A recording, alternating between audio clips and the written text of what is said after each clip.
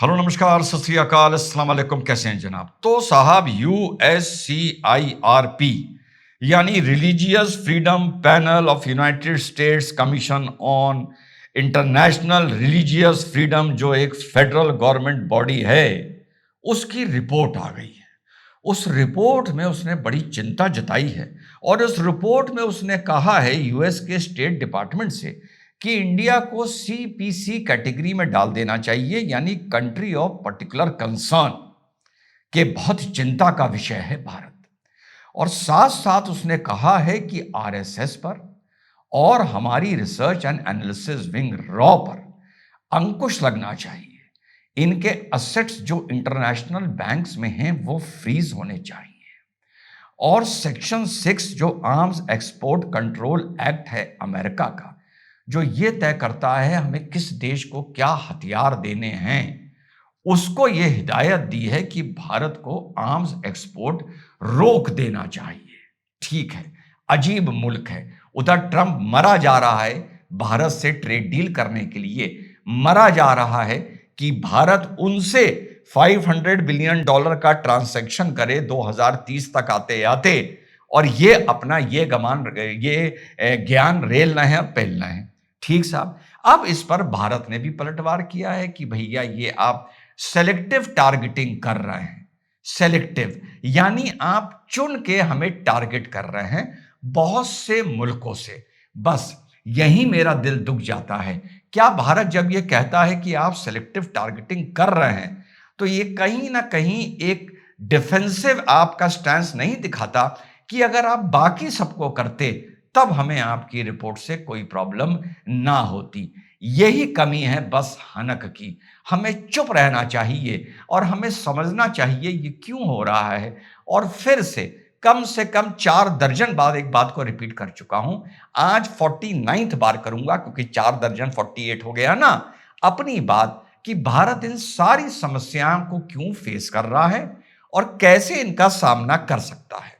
देखो भाई, जब भी मैंने बोला कि भारत के बढ़ते वर्चस्व के चलते यूरोपियन और अमेरिकन देश परेशान और अमेरिका परेशान है, लोग खिल्ली उड़ाते हैं, मैं मानता हूं। अभी मैंने कल या परसों लाइव प्रोग्राम पे सत्य सर्वोज पर यह भी बोला था, डॉक्टर रिजवान रूबरू पे, कि हम विश्व गुरु बनने से अभी बहुत दूर हैं। वो इस मारे दूर है क्योंकि हम ईमानदार नहीं हैं। हम इस मारे दूर हैं कि अफसोस, बात समझिएगा मेरी, कि हमारे देश में नैतिकता और ईमानदारी अपवाद बन गई है और भ्रष्टाचार और बेईमानी एक न्यू नॉर्मल बनकर उभर आया है। No doubt about. सरकार किसी की हो, यह मंच सत्य बोलेगा। जिस दिन इस देश में बेईमानी अपवाद बन गई और नैतिकता और ईमानदारी रूल बन गया, उसके बाद 2 दशक, उसके बाद 2 दशक लगेंगे, भारत विश्व गुरु होगा, leading nation of the globe होगा। अब ये देखते हैं ये जिंदगी में हो पाएगा या नहीं हो पाएगा, लेकिन इन लोगों की जलती और फटती हमसे बहुत है। अभी आपने हाल में देखा होगा, एक यूएसए के आला अधिकारी का एक बयान आया था कि हम इंडिया के साथ वो गलती नहीं करेंगे जो हमने चाइना के साथ की थी। क्या की थी? हमने उनको बड़ा लिवरेज दे दिया था, बड़ी प्रिविलेज दे दिया था, बड़ा उनको सर पर बिठा लिया था, और वो देखिए चाइना आकर हमारा एक कॉम्पिटिटर बन गया। और वही क्षमता उन्हें देखिए भारत में नजर आती है। लेकिन फिर ये सवाल उठता है, क्या भारत और चाइना की ईमानदारी, वर्किंग पैटर्न सेम है? तो क्या जो चाइना कर पाया वो क्या भारत कर पाएगा, और अगर कर पाएगा तो कितने वर्षों में कर पाएगा? तो ये बयान आया था। ये बयान कम से कम इतना तो दिखाता ही है कि उनकी हमसे जलती और फटती है।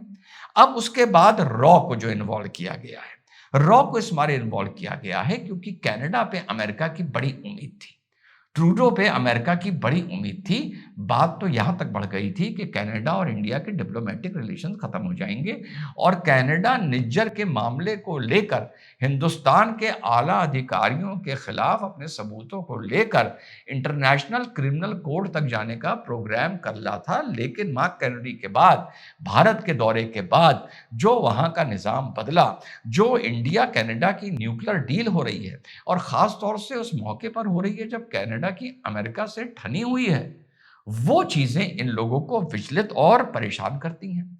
तीसरे चरण में आप देखिए ईरान। ईरान से जो भारत की डीलिंग चल रही है, ईरान जिस तरह भारत के को सम्मान दे रहा है, इससे भी इनकी जल रही है और फट रही है। जल और फट भारत में भी 50 करोड़ लोगों की कर रही है। मैंने तो बहुत सी ऐसी रील देखी, जहां पर गैस की किल्लत को लेकर धरना प्रदर्शन हो रहा है और उसी धरना प्रदर्शन के सामने से ऑटो या छोटी वाली जो आधी ट्रक होती है, वो गैस के सिलेंडर लेके जा रही है और गलियों में गैस सिलेंडर की डिलीवरी हो रही है और उन्हीं गलियों में गैस सिलेंडर की अर्थी निकाली जा रही है। अब अमेरिका को ये पता है कि इस देश में 50 करोड़ लोग ऐसे हैं जो इस देश को बर्बाद होना देखना चाहते हैं। वो चाहते हैं कि हमारे घर में चूल्हा भले ना जले, देश में गैस की किल्लत होनी चाहिए। उसी 50 करोड़ लोगों को इस तरह की जो रिपोर्ट है, वो खुश करती है। जो रिपोर्ट ये कहती है कि भारत में रिलीजियस फ्रीडम खत्म हो रहा है। इंसान को यहाँ पर अपना मान्यताओं पे चलने नहीं दिया जा रहा है। उनका मतलब ये है कि भारत में तुष्टीकरण खत्म हो रहा है। ये रिपोर्ट का मैंने अर्थ निकाला। उसके बाद आप इंडो यूएस टाइज देख लीजिए। अभी आपने देखा होगा जब ट्रेड डील हुई थी, तो यहाँ पर जब सुप्रीम कोर्ट का ऑर्डर आ गया कि ये जो भी टैरिफ लग रहे हैं, ये गलत लग रहे हैं।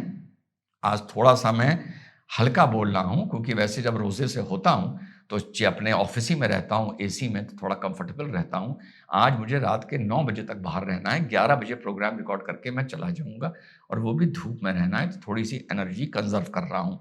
और साहब यूएसए और आप ट्रेड डील देख लीजिए। जैसे ही सुप्रीम कोर्ट का ऑर्डर आता है, वैसे ही लोग यहाँ फड़फड़ाने लगते हैं। ट्रेड डील वापस कर ले इंडिया, ट्रेड डील में से मना कर दे इंडिया, ट्रेड डील से विथड्रॉ कर जाए इंडिया। यही वाली बात थी ना। ये चाहते थे कि भारत ये प्रेस कॉन्फ्रेंस करे और ये कहे कि हम ट्रेड डील से विथड्रॉ कर रहे हैं, सुप्रीम कोर्ट के आदेश को देखते हुए। मैंने कहा था धीरे धीरे सब हो जाएगा, जब मौका आएगा। 50 करोड़ 55 करोड़ जाहिलों को, फूटी कौड़ी के लोगों को यही नहीं पता था। वो एक प्रोविजनल ट्रेड डील साइन हुई थी, जो मुख्य बिंदु थे ट्रेड डील के, या जो मुख्य सिग्नेचर था, वो कम से कम 3 4 6 महीने बाद होना था। लीगैलिटी को देखने के बाद होना था और इम्प्लीमेंटेशन लगभग नवंबर और दिसंबर में हो रहा था। वो जाहिल और एक हैदराबाद का जाहिल, वो इस तरह हल्ला मचा रहे थे कि वापस कर ले, वापस कर ले, क्योंकि ये चाहते हैं भारत और अमेरिका के रिश्ते बिगड़े। आखिर में क्या चीज हुई? भारत ने धीरे से कह दिया कि हम अब ट्रेड डील पर तब बात करेंगे या इसको आगे लेके तब बढ़ेंगे, जब आप पहले हमें हमारा जो टैरिफ स्ट्रक्चर है, वो आप हमको बता देंगे। ये काम भी हो गया। तो ये जो भारत का वर्चस्व है, मैं बताऊं, ये भारत का वर्चस्व तब है जब हम जैसे लोगों को ये बड़ी घोर शिकायत रहती है कि यहाँ पर ईमानदारी अपवाद है और भ्रष्टाचार एक न्यू नॉर्मल है। जिस दिन ये उल्टा हो गया, उस दिन अमेरिका और यूरोप हमारे पीछे पीछे भागेगा और 20 साल में हम विश्वगुरु होंगे। तो साहब ये सब चीजों को चलते और ये जानते हुए कि भारत में 55 लगभग 55 करोड़ बाकी अलग अलग जाति के धर्म के नमक हराम और नमक हलाल हैं, उनको खुश करने के लिए और भारत को जिटरी करने के लिए इस तरह की चीजें डाली जाती हैं। अब मैंने बोला था एक बात में 4 दर्जन बार बोल चुका हूं, यानी 48 बार बोल चुका हूं, आज 49th बार बोल रहा हूं। इन चीजों पर यह कहना कि आप सेलेक्टिव हैं, आप हमें टारगेट कर रहे हैं, ये भी आपकी कमी दिखाता है। अपना इंटरनेशनल मीडिया डालो, वंदे वंदे नाउ डालो, वंदे टाइम्स डालो, वंदे न्यूज़ डालो। पूरी दुनिया में संवाददाता 150 देशों में क्रिएट करो, वहाँ के लोकल संवाददाता क्रिएट करो, अपने कंट्री में ब्यूरो हेड्स क्रिएट करो। उसमें मोदी जी, अमित शाह जी ने क्या बोला, इनका आने की कोई ज़रूरत नहीं है। उसमें भारत की सच्ची तस्वीर सामने जाने की ज़रूरत है और दूसरे मुल्कों की हकीकत सामने आने की ज़रूरत है। ये बात मैं कितनी बार रिपीट कर चुका हूं। जिस दिन इनके रिलीजियस फ्रीडम एक्ट के चलते इन्होंने जो रिपोर्ट दी है, उसके काउंटर में तुम अमेरिका में एफ्रो अमेरिकन्स को लेकर या लैटिन अमेरिकन्स को लेकर या बहुत से व्हाइट्स की जिंदगी को लेकर, अमेरिकन्स की जिंदगी को लेकर, वहां पे फैमिली कॉन्फ्लिक्ट को लेकर, वहां की गंदी होती सोसाइटी को लेकर तुम अपने प्लेटफॉर्म पर बड़ी बड़ी रिपोर्ट्स डालने लगोगे, इन सालों के दिमाग अपने आप ठिकाने आ जाएंगे। तुम्हें कुछ करना ही नहीं पड़ेगा और अपने आप ऐसी रिपोर्टें भारत के बारे में या सिलेक्टिव टारगेटिंग होना हमारे बारे में साथियों खत्म हो जाएगा।